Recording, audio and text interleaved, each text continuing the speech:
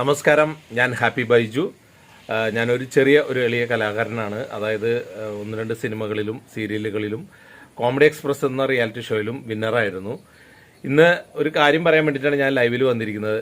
മലയാള സിനിമയെ പറ്റിയുള്ള പ്രശ്നങ്ങളൊക്കെ നടന്നുകൊണ്ടിരിക്കുന്ന ഈ ഒരു സമയത്ത് ഞാൻ എൻ്റെ ഒരു അഭ്യർത്ഥനയുമായിട്ടാണ് ഞാൻ വന്നിരിക്കുന്നത്. നമ്മുടെ കല എന്ന് വെച്ചാൽ മനുഷ്യന് ഏറ്റവും ദൈവം കൊടുത്ത ഒരു വലിയൊരു ദാനമാണ് കല. അപ്പോൾ കല തപസ്യയായിട്ട് ജീവിതോപാധിയായിട്ട് കൊണ്ടു നടക്കുന്ന ഒത്തിരി കലാകാരന്മാർ നമ്മുടെ ഈ കേരളത്തിലുണ്ട്.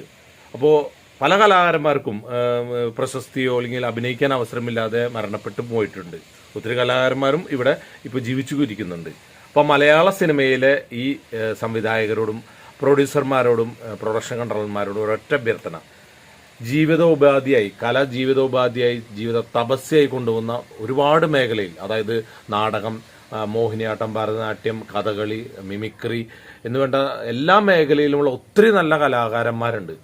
അവർക്കും കൂടി ഒരു അവസരം കൊടുത്ത് അവരെയൊക്കെ ഇതേപോലെ പ്രശസ്തിയിലേക്ക് നയിക്കണമെന്നൊരു അഭ്യർത്ഥന. ഞാനിത് പറയാൻ കാരണം വേറെ ഒന്നുകൊണ്ടല്ല, ഈ 1-2 സിനിമകളിൽ ഇതുമായിട്ട് ബന്ധമില്ലാത്ത, സിനിമയുമായിട്ടോ അല്ലെങ്കിൽ കലയുമായിട്ടോ അഭിനയവുമായിട്ടോ ബന്ധമില്ലാത്ത പല ഫീൽഡിൽ നിന്നും, അതായത് മീൻസ് കൊട്ടേഷൻ ആൻഡ് മയക്കുമരുന്ന് ഫീൽഡിൽ നിന്നൊക്കെ ഉള്ള ചില വ്യക്തികൾക്ക് അവസരം കൊടുത്തിട്ടുണ്ട്, നല്ല നല്ല വേഷങ്ങൾ കൊടുത്തിട്ടുണ്ട്. അങ്ങനെ ഉണ്ടായ 1-2 സിനിമകളുമുണ്ട്. അതുകൊണ്ടാണ് ഞാൻ ഈ ഒരു കാര്യം ആവശ്യപ്പെട്ടത്. അതെല്ലാ സംവിധായകരോ പ്രൊഡക്ഷൻ കൺട്രോളർമാരോ പ്രൊഡ്യൂസർമാരോ ചെയ്യുന്നു എന്നല്ല കേട്ടോ. ചുരുക്കം ചില ഇങ്ങനെയുള്ളവർ പ്രവർത്തിക്കുന്നുണ്ട്. ദയവ് ചെയ്ത് അങ്ങനെ ചെയ്യരുത്.